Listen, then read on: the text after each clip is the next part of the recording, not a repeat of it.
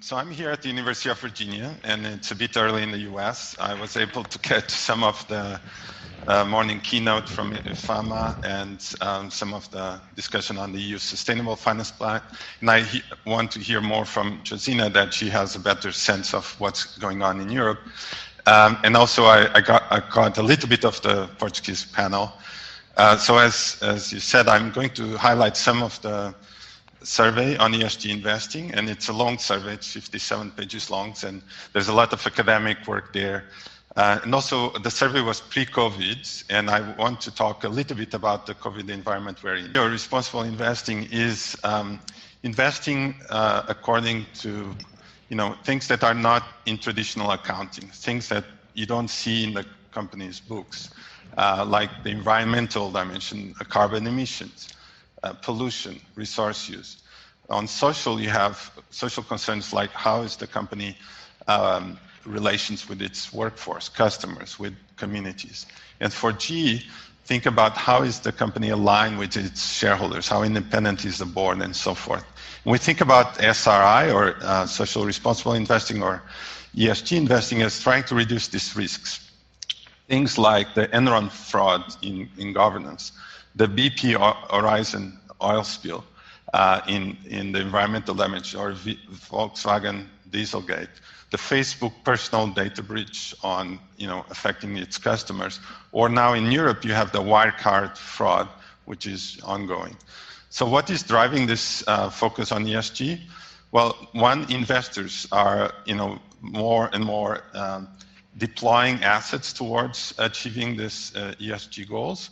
And you have campaigns by the big asset managers around the world, the BlackRocks, the State Street, the Vanguards, coming out and reinforcing these principles. And on the other hand, you also have corporations coming out with statements about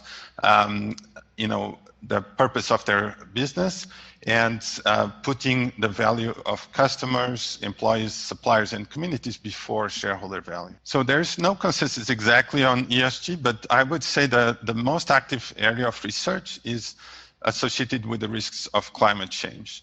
And this is because of the increase in greenhouse gas emissions, and those would be the physical risks, because this will start to materialize and have already. The transition risk, as we adopt all technologies towards the new forms of energy, and some assets may be stranded, like oil, etc. But also the regulatory risk, as different regulation will come about in Europe, as we heard from the EU Sustainable Finance Action Plan, and Josina again will talk more about that. But also in the US, there's a lot of debate whether this should or should not occur. And actually, depending on the administration one has out here, you see different flavors. So in my survey, what I did was I studied the role of institutional investors. They now hold 75% of shares in the US, 40% of outstanding shares worldwide. The number is a little bit smaller for Portugal, but they mostly invest in stocks, and we don't invest in stocks ourselves. We go through mutual funds, pension funds, and other products.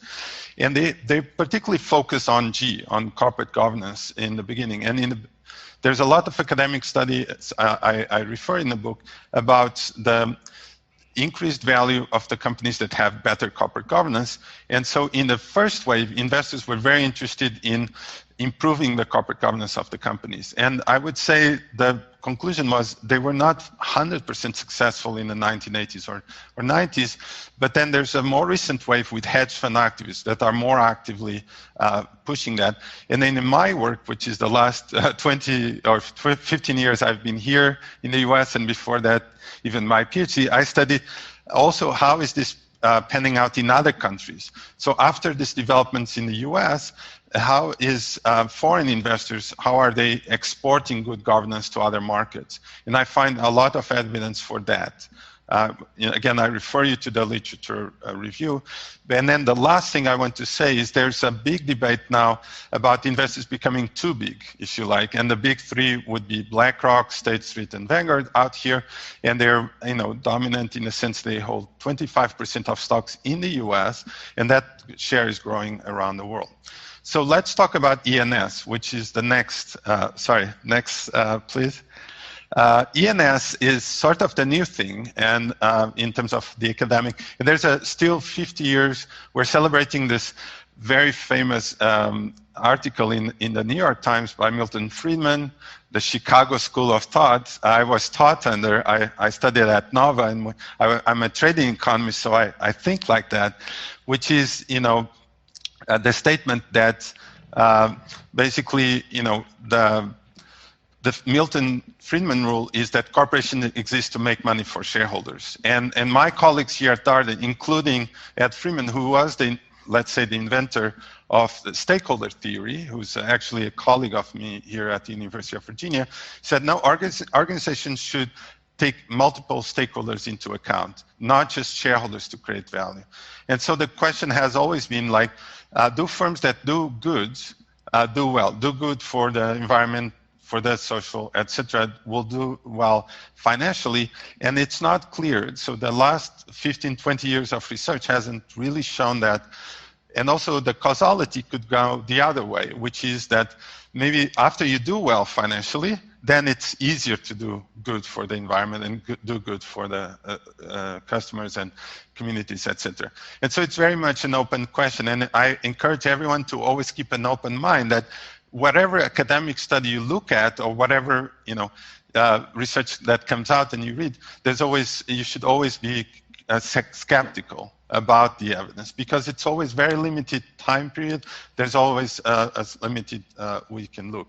And finally, I think European investors, what my research shows is European investors play a crucial role in the new wave of exporting ENS. So if you think about the US is very important for G, for exporting good governance, now I think about Europeans as the best place to export good environment and social practices, and also because they're responding to growing investor demand. So my goal was, because there's very limited research, I work with the United Nations Principles for Responsible Investing, which is the UN-sponsored largest network of institutional investors around the world.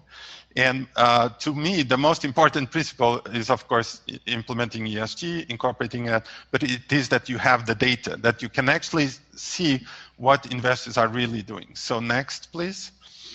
And there's been a huge growth of PRI, and this is just now reached over 100 trillion, about 3,000 signatures. And what I was able to see is what type of strategies are implemented. So you can think about screening as what you decide to put in your portfolio. Do you want to avoid tobacco, guns, etc.? Positive screening would be, do you want to have the best ESG companies? Thematic would be, which is in blue in that chart, is are you designing funds specifically towards renewable energy, water, etc. In green is integration. Are you going to change the whole practice of fund management from research, valuation, portfolio construction, risk management towards this? And finally, engagement. Do you want to change the companies in your portfolio by engaging with them, by voting, by lobbying, etc. And so next, please. What I did with my co-authors is look at whether this really has changed the fact that the investors adopt these principles. Will they effectively change the ESG performance of the companies in their portfolios? And so what you see here in blue is good, meaning on average, the companies that are the PRI investors have in their portfolio have better E, S, and G scores, meaning they do better in environmental, social, and governance standards. Well, what you see in red is the US, where I'm from, where I am right now. And what we find is this is not so true in the US. In other words, a lot of investors are signing these principles, but not really walking the talk. How does this all help us to achieve the United Nations Sustainable Development Goals? So I was chairing a session with the United Nations Principles for Responsible Investing on Monday, and this is ongoing through the week. And the first paper were out there was about what are we learning about in the COVID environment? Is the pandemic exacerbating the social dimension, the fact that you need employee and safety and good labor practices, and is it going to reduce the environmental dimension. And so I think we skipped the slide there, but there was an interesting article about, so one more back, please. An article by actually another Portuguese who's an academic from Boston University. One more back, please. Yes, and they looked at the companies in the S&P 500. Now forward, please, sorry. This is tough from out here. One forward, please. Just to, yeah, okay, it's fine. So they look at what happened to the stocks in the first quarter in the S&P 500 that had better environmental and social performance, and they did find that there was some evidence that those companies that had better ESG did well in that quarter. Myself, with my co-authors, we're looking at how did investors reposition their portfolios. What we find here is they really didn't care so much for ESG, which is in green. They didn't change their holdings based on ENS, but they really cared about hard financial resilience. Low leverage and hard cash. So hard measures of resilience rather than soft. But I would say, and if you can go forward now, please.